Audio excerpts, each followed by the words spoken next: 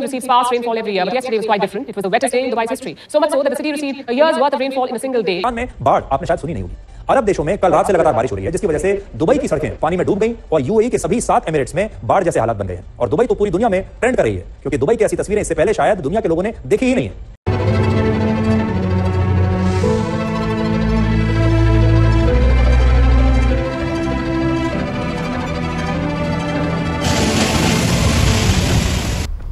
Dubai रेगिस्तान के बीच में बसा हुआ सपनों का वो शहर जहाँ पे कुछ साल पहले तक पीने को भी पानी नहीं था और आज पूरा शहर पानी में डूब चुका है सिर्फ एक दिन की बारिश की वजह से। लोगों के घर डूब चुके हैं, शॉपिंग मॉल स्विमिंग पूल बन चुके हैं, सड़क पे गाड़ियाँ कश्तियों की तरह तैर रही हैं और कितनी हज़ारों फ्लाइट्स तो कैंसिल हो गई। पूरी इकॉनमी को बिलियंस ऑफ डॉलर का नुकसान हुआ है सिर्फ एक दिन में। लेकिन ऐसा हुआ क्यों, आइए साथ में समझते हैं।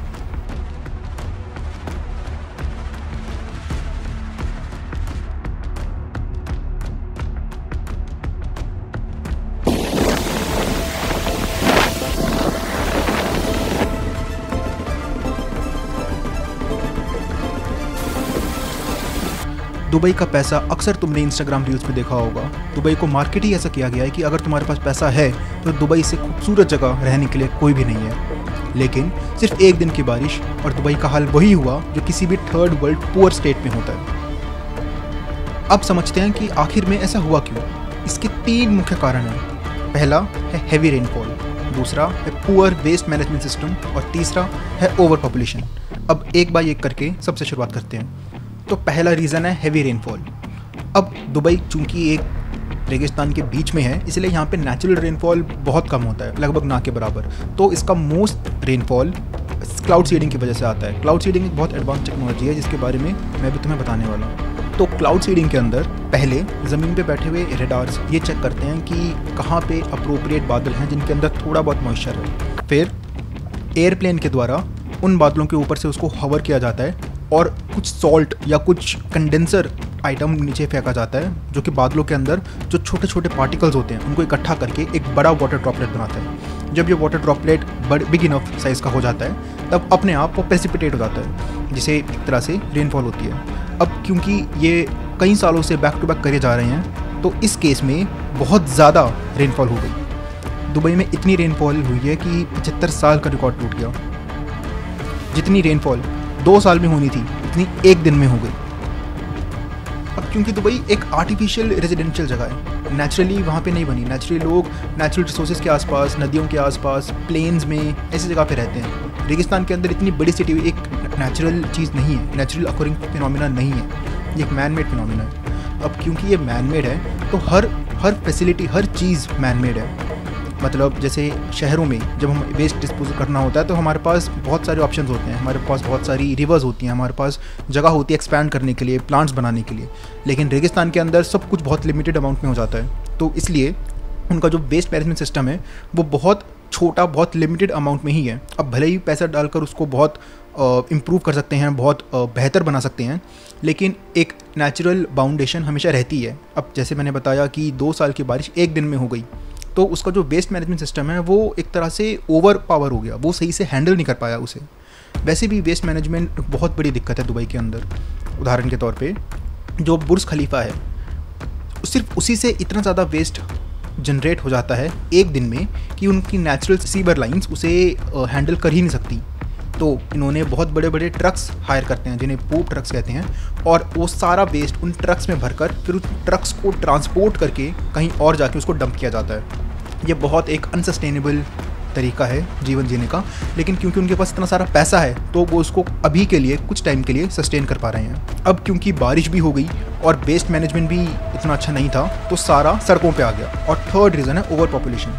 अब since Dubai is right in the middle of a desert surrounded by all the poor countries, third world countries, the Middle Eastern and the South Asian countries, तो यहाँ से heavy immigration होता है to seek opportunity, to seek employment and for professional reasons. अब भले ही Dubai में बहुत सारे शेख भी रहते हैं और दुबई बहुत रिच है, लेकिन इस बात को समझने का प्रयास करो कि किसी भी स्टेट के अंदर 2 लेवल होते हैं, the top class and the bottom class. The top class बहुत सारे रिसोर्सेज या फिर मैं कहूँ disproportionate large number of resources acquire करते हैं, एंड द बॉटम क्लास बाकी के रिमेनिंग रिसोर्सेज अक्वायर करते हैं। टॉप क्लास में लोग बहुत कम होते हैं, एक पिरामिड स्ट्रक्चर होता है बेसिकली। टॉप क्लास में लोग बहुत कम होते हैं लेकिन उनके पास रिसोर्स एलोकेशन बहुत ज़्यादा होता है। अब बॉटम क्लास में लाखों लोग होते हैं लेकिन उनके पास टोटल अवेलेबल रिसोर्स बहुत कम होता है, तो रिसोर्स पर कैपिटा इनके पास कम होता है, इसलिए ये एक उतना अच्छा जीवन नहीं जीतना जितना टॉप क्लास के लोग जीवन जीत पाते हैं। अब क्योंकि बहुत ज़्यादा इमिग्रेशन हो रहा है और ये इमिग्रेशन ऑफ अपॉर्चुनिटी है, तो टॉप क्लास तो नहीं जाती ज़्यादा, वो तो ज़्यादा उसमें चेंजेस नहीं आते, लेकिन बॉटम क्लास में ज़मीन आसमान का अंतर आ जाता है कुछ सालों के अंदर। जो पॉपुलेशन उनकी 10 साल पहले थी compare to the population right now, इसमें बहुत बड़ा अंतर है। इसकी वजह से the resource allocation per capita in the bottom class बहुत ज़्यादा कम हो जाता है, तो इसलिए क्वालिटी ऑफ लाइफ भी बहुत कम हो जाती है। और क्योंकि ये बढ़ता जाता है तो इनके जो फिक्स्ड एसेट्स हैं, जो इनके फिक्स्ड रिसोर्सेज हैं, जैसे सड़कें या जैसे शॉपिंग मॉल्स या फिर जैसे जो कुछ लो क्लास कॉलोनीज़ होती हैं, रेजिडेंशियल अपार्टमेंट्स होते हैं, तो इसलिए आपके इंफ्रास्ट्रक्चर के ऊपर बहुत बड़ा एक बर्डन पड़ता है। उसी बर्डन की वजह से आपका रिसोर्स एलोकेशन काफ़ी मेसी हो जाता है, जिसका वजह से वेस्ट मैनेजमेंट भी एक इशू पड़ जाता है, सैनिटेशन हाइजीन भी एक इशू पड़ जाता है। अब सोल्यूशंस की बात करते हैं। इसके 3 मेन सोल्यूशंस किए जा सकते हैं जो कि अभी के लिए और फ्यूचर जनरेशंस के लिए ईजी होगा। The first one is immigration management.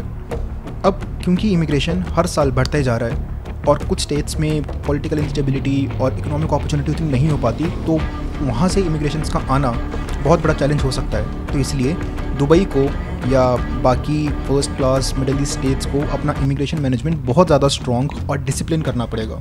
इनको डिपोर्टेशन और ओवरस्टेज लॉस पे और ध्यान देना पड़ेगा और ये देखना पड़ेगा कि everyone who does not belong in the state should not be in the state, because every extra person takes up the opportunity and the quality of life of that person who deserves to be there. Second is improving waste management system. News आई है कि जो Singapore का waste management है वही Dubai भी use करने वाला है, and I am very hopeful कि they will get their lessons right, and at the same time things will improve in a couple of years. They have enormous amount of money and they are very rich and they have very smart people working over there, so yeah, things will improve. Third कारण, जो मुख्य कारण है, वो है कि हमें प्रकृति के साथ छेड़छाड़ कम करनी पड़ेगी। हमें अपने आसपास की जो प्रकृति है, हमारा जो नेचर है, हमें इसका सम्मान करना पड़ेगा। एट द सेम टाइम हमें अपने कार्बन एमिशंस कम करने पड़ेंगे। दुबई अपने आप को मार्केट करता है बहुत लग्जूरियस सिटी या फिर सिटी ऑफ ड्रीम्स की तरह, लेकिन हमें समझना पड़ेगा कि लग्जरी के साथ कंजम्पशन भी बढ़ता है। हमारा एक बहुत ज़्यादा अमीर व्यक्ति या एक लग्जरी लाइफस्टाइल जीने वाले व्यक्ति का कार्बन फुटप्रिंट एक सब ऑप्टिमल या एक poor person way of life के कार्बन कंजम्पशन से बहुत ज़्यादा ऊपर है। हमें अपने लाइफस्टाइल कंट्रोल करना पड़ेगा, हमें अपना कंजम्पशन पैटर्न कंट्रोल करना पड़ेगा। We have to live in harmony with the nature itself, वरना ना ही तो हम बचेंगे और ना ही नेचर। मेरा विज़न है अपना ज्ञान, अपनी बातें, अपनी कहानियाँ 1 बिलियन लोगों तक पहुँचाना, और इसमें मुझे तुम्हारी मदद चाहिए। तो लाइक करो, शेयर करो, सब्सक्राइब करो और मुझे कमेंट करके बताओ कि आज की वीडियो कैसी लगी। ये भी कमेंट करके बताना कि कौन से शहर से वीडियो देख रहे हो और आगे किस तरह के वीडियोस देखना चाहोगे। मुझे जानकर बहुत खुशी होगी तुम्हारी ओपिनियंस क्या हैं। तो ठीक है, बहुत जल्दी फिर से मुलाकात होगी। वीर भोगे वसुंधरा।